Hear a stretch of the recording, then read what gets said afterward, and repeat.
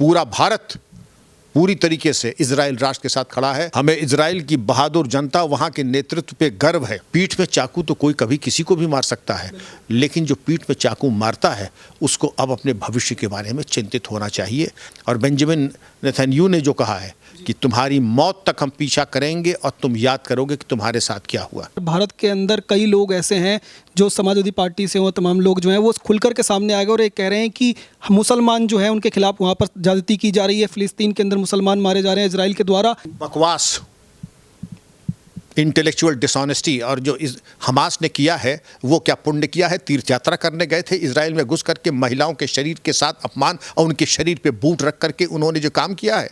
ऐसे नेताओं को और ऐसे अभिनेताओं को चुल्लू भर पानी में डूब मरना चाहिए। अब देश को देखना होगा कौन जिहादी के साथ खड़ा है, कौन औचित्य के साथ खड़ा है। जो जिहादी के साथ खड़ा है सभ्य समाज में उसके लिए कोई स्थान नहीं है। क्या ऐसी स्थिति भारत में भी आपको लगता है कभी बन सकती है, और अगर ऐसी स्थिति बनती है तो क्या भारत उसके लिए तैयार है? ऐसे सैकड़ों हमारे यहाँ गाजा पट्टियाँ मौजूद हैं।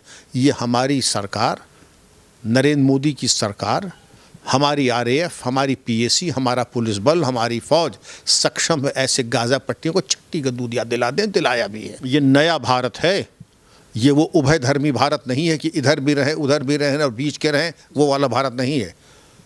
औचित्य के ऊपर, हिंसा के खिलाफ और जिन लोगों ने आक्रमण और जिहादी किया है, ये नया भारत अंदर माननीय प्रधानमंत्री उसके विरोध में है और इसका पूरा देश और विश्व स्वागत करता है।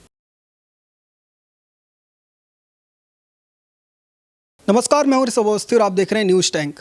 इजराइल हमास युद्ध जो है वो जारी है, लगातार चर्चाएं पूरे दुनिया में हो रही हैं। पूरे मामले पर बात करने के लिए हमारे साथ जुड़े हुए हैं डॉक्टर विक्रम सिंह जी, जो कि फॉर्मर डीजीपी हैं उत्तर प्रदेश से। इनसे बात करेंगे और आपको दिखाएंगे कि इनकी क्या राय है। सर, सबसे पहले तो न्यूज़ टैंक के चैनल पर बहुत बहुत स्वागत है। धन्यवाद, आपने बड़ा कष्ट उठाया और पधारे और बहुत महत्वपूर्ण विषय को आपने चुना है। सर, ये बताना कि इजराइल का जब युद्ध के बारे में और हमास के बारे में आपने जब सुना, सबसे पहली जो तस्वीरें आई कि किस तरीके से एक के बाद एक रॉकेट जो है उसके ऊपर दाग दिए गए, सोते हुए लोगों को जो है वो मार दिया गया, आपकी पहली क्या प्रतिक्रिया थी? आपने कैसे उसको? मुझे खुद भी अविश्वसनीय लगा कि ये संभव है। इजराइल अपनी सुरक्षा के बारे में पूरे विश्व में जाना जाता है, उसकी गुणवत्ता के बारे में, उसका आयरन डोम की सिक्योरिटी, उसकी आईडीएफ, इजरायली डिफेंस फोर्स, उनकी कार्यकुशलता जग जाहिर है। और उसके बाद इस प्रकार का आक्रमण, लगभग 5000 रॉकेट हिजबुल्ला, हमास का दागना और उसके अलावा हिजबुल्ला का भी आक्रमण करना, और इन तमाम चीज़ों के बाद जिस तरीके से उन्होंने 250 इजरायलियों का नरसंहार किया, उसके अलावा बंधक बना करके ले गए, उन्होंने फेंस को तोड़ दिया। मतलब ज़मीन, हवा और पानी तीनों स्थानों पर समुद्री हमला भी किया, ज़मीनी हमला भी किया, फेंस को भी तोड़ा और हवाई हमले तो कर किए ही। हवाई हमले में न केवल रॉकेट भेजे बल्कि उस तरीके से मोटराइज्ड पैराग्लाइडिंग करके भी उन्होंने इन्फिल्ट्रेट किया। तो मैं तो स्तब्ध था और मैं समझता हूँ कि इसकी काट और इसका निराकरण इजराइल 3-4 दिन में ज़रूर कर लेगा। पर आपको लगता है कि एक लंबी प्लानिंग का हिस्सा था, तभी ये हो सकता है पॉसिबल, इतनी सारी चीज़ें एक साथ हो जाना? निसंदेह ये केवल हमास और हिजबुल्ला का काम नहीं है, इसके पीछे कुछ और भी अंतर्राष्ट्रीय शक्तियां हैं। आप इसको पूछें कि जो ड्रोन आए थे ये कहाँ से आए थे, पैराग्लाइडर्स कहाँ से आए थे, और ये जो रॉकेट्स थे इनका सप्लाई किसने किया था। आपको आपके सवाल का जवाब मिल जाएगा। इतनी बड़ी प्लानिंग, और इसके साथ ही छुट्टी के दिन उस छुट्टी के दिन जहाँ पर ये लोग पिकनिक मना रहे थे, जिस तरीके से निर्मम हत्याकांड किया, उससे बिल्कुल स्पष्ट है कि इनकी जो प्लानिंग थी।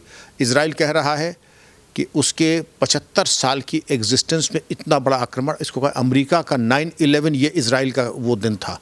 जो अमेरिका के लिए 9/11 था, वो इजराइल के लिए ये दिन था। इतना बड़ा आक्रमण उसको भी उम्मीद नहीं थी कि संभव था। उनकी फेंसेस के नज़दीक आकर के पुराने उनके डिप्लोमेट ने कहा कि हमारे फेंस के नज़दीक आकर के उनके द्वारा न केवल आक्रमण किया गया बल्कि उसमें सुरंगें खोदी गईं और उसके ऊपर आक्रमण करके उसको भेज दिया। आपने इजराइल को कई वर्षों से इस तरीके के युद्ध और इसमें देखा होगा कि वो डट करके सामना करता है और अपने दुश्मन को ज़रूर बताता है कि इजराइल क्या चीज़ है। तो आज आपको लगता है कि दोनों तरफ से हमले चाहे भले ही उसके ऊपर हो रहे हो, पर इजराइल जो है अपनी शक्ति दिखाएगा और पूरी दुनिया में एक बड़ा मैसेज जाएगा जिन लोगों ने भी इजराइल के खिलाफ इस तरीके की साजिश रची है? क्यों नहीं, इसके पहले भी होता था। जो आपका 67 का युद्ध हुआ था, मोशे दयान जिसमें थे, इसके अलावा वहाँ के प्रधानमंत्रियों ने जो नेतृत्व का कुशल परिचय दिया था, 1971 का जो युद्ध था, तमाम इस युद्ध का एक ही निष्कर्ष है कि इजराइल की सुरक्षा व्यवस्था और उसकी गुणवत्ता पे मुझे कोई संदेह नहीं है। पीठ में चाकू तो कोई कभी किसी को भी मार सकता है, लेकिन जो पीठ में चाकू मारता है उसको अब अपने भविष्य के बारे में चिंतित होना चाहिए। और आप देख रहे हैं कि जिस तरीके से इजराइल ने प्रत्युत्तर दिया है, और बेंजामिन नेतन्याहू ने जो कहा है कि तुम्हारी मौत तक हम पीछा करेंगे और तुम याद करोगे कि तुम्हारे साथ क्या हुआ। सिविलियन पॉपुलेशन अलग हो जाए, अब ये युद्ध इजराइल और हमास के बीच शुरू हो चुका है। जब इजराइल के प्रधानमंत्री ये कहते हैं कि हमारे बच्चों के ऊपर, हमारी लड़कियों को सोते हुए मारा गया, इसका बदला ऐसा होगा कि जो है पूरी दुनिया देखेगी, तो आपको लगता है उनके वर्ड जब इस तरीके से आते हैं तो पूरी दुनिया इस पर भरोसा कर रखती है कि इजराइल अपना बदला लेने में पूरी तरह से सक्षम है? इसके पहले भी इजराइल ने जो कुछ कहा है उसको करके दिखाया है। और जब इजराइल खुद कह रहा है कि जो अमेरिका का 9/11 था, हमारा ये दिन था, और जिन लोगों ने ये किया है उनको इसके नतीजे के लिए तैयार रहना चाहिए, उनकी मौत तक पीछा किया जाएगा, मुझे पूरा विश्वास है। भले ही कुछ लोग उनकी हाँ में हाँ मिला रहे हैं, हिजबुल्लाह और हमास की, भले ही कुछ लोग कर रहे हैं, लेकिन सारा विश्व इजराइल के पीछे और उनकी सहानुभूति इजराइल के साथ है। आपने देखा कि पहले भारत जो है वो डिप्लोमेटिक आंसर देने की कोशिश करता था, वेट करता था, सिचुएशन को समझता था, पर इस बार प्रधानमंत्री नरेंद्र मोदी ने सबसे पहले ट्वीट करके सामने से इजराइल का साथ जो है वो दिया और कहा इस तरीके का टेररिस्ट अटैक जो है वो बिल्कुल बर्दाश्त नहीं होगा, हम जो है इजराइल के साथ खड़े हैं। तो आपको लगता है एक बड़ा मैसेज, एक नई इमेज जो है भारत की पूरी दुनिया में जाएगी? ये नया भारत है, ये वो उभय धर्मी भारत नहीं है कि इधर भी रहें उधर भी रहें और बीच के रहें, वो वाला भारत नहीं है। औचित्य के ऊपर, हिंसा के खिलाफ, और जिन लोगों ने आक्रमण और जिहादी किया है, ये नया भारत अंदर माननीय प्रधानमंत्री उसके विरोध में है, और इसका पूरा देश और विश्व स्वागत करता है। इजरायली एम्बेसडर ने, इजरायली सरकार ने भारत के सहयोग और समर्थन का मुक्त कंठ से उसकी प्रशंसा और आभार व्यक्त किया है, और यही होना भी चाहिए था। आपने देखा कि एक तरफ तो जो है भारत सरकार साफ जो है रुख उसने अपना जाहिर कर दिया, पर भारत के अंदर कई लोग ऐसे हैं जो समाजवादी पार्टी से हो, तमाम लोग जो हैं वो खुलकर के सामने आ गए और ये कह रहे हैं कि मुसलमान जो है उनके खिलाफ वहाँ पर ज़्यादती की जा रही है, फ़िलिस्तीन के अंदर मुसलमान मारे जा रहे हैं इजराइल के द्वारा, और हम जो है लगातार जो है फ़िलिस्तीन के साथ खड़े हैं। हमास के समर्थन में जो है रैलियाँ निकल रही हैं, उनके लिए यहाँ से आप क्या जवाब देंगे? बकवास, इंटेलेक्चुअल डिसऑनेस्टी। और जो हमास ने किया है वो क्या पुण्य किया है? तीर्थ यात्रा करने गए थे, इजराइल में घुस करके महिलाओं के शरीर के साथ अपमान और उनके शरीर पे बूट रख करके उन्होंने जो काम किया है, ऐसे नेताओं को और ऐसे अभिनेताओं को चुल्लू भर पानी में डूब मरना चाहिए। क्यों? अपनी ओछी राजनीति के लिए, तुष्टीकरण के चलते आप ये जो स्वांग रच रहे हैं, जनता भी गई आप है ढपोर शंख अव्वल दर्जे के ढपोर शंख है। क्योंकि जो आदमी इस हत्याकांड, निर्मम अत्याचार को सहयोग कर रहा है, और ये जो इजराइल में क्या हुआ, इसका क्या हुआ, इसको के बारे में तो आपने चर्चा की नहीं, एक शब्द आपने निंदा का नहीं कहा। ऐसे जो व्यक्ति कह रहे हैं, मेरा परामर्श होगा कि ये तुष्टीकरण की राजनीति कर रहे हैं। देश ऐसे नहीं चलता। जिहादियों के, अब देश को देखना होगा कौन जिहादी के साथ खड़ा है, कौन औचित्य के साथ खड़ा है। जो जिहादी के साथ खड़ा है, सभ्य समाज में उसके लिए कोई स्थान नहीं है। अलीगढ़ मुस्लिम यूनिवर्सिटी में रैली निकाली गई और उसके अंदर नारे लगे लगातार जो फ़िलिस्तीन के समर्थन में और हमास के समर्थन में जो रैली निकाली जा रही है, आपको लगता है इससे एक बड़ा जो है मैसेज देने की वो कोशिश कर रहे हैं कि मुस्लिम समाज जो है वो एकजुट है, हम जो है फ़िलिस्तीन के साथ हैं, पर भारत को कम से कम जो है वो अपना स्टैंड क्लियर कर दिया साफ, तो वो एक बेहतर कदम था। भारत ने अपना स्टैंड क्लियर कर दिया, और जो भारत के स्टैंड के साथ असहमत व्यक्ति करते हैं, इंटेलिजेंस डिपार्टमेंट ऐसे लोगों का लेखा जोखा बना दे, उनकी हिस्ट्री शीट तैयार कर ले, और जो भारत विरोधी गतिविधियों में संलिप्त हैं, मुझे मालूम नहीं कि क्या हुआ, लेकिन जो भारत विरोधी गतिविधियों में है, हिस्ट्री शीट खोल करके, और हिस्ट्री शीट जब खोलें तो ये सुनिश्चित कर लें कि भविष्य में ऐसे जो आपत्तिजनक गतिविधियों में संलिप्त हैं, वो सरकारी सेवाओं में, बैंक से लोन में, किसी सरकारी सुविधा के अधिकारी न रहें।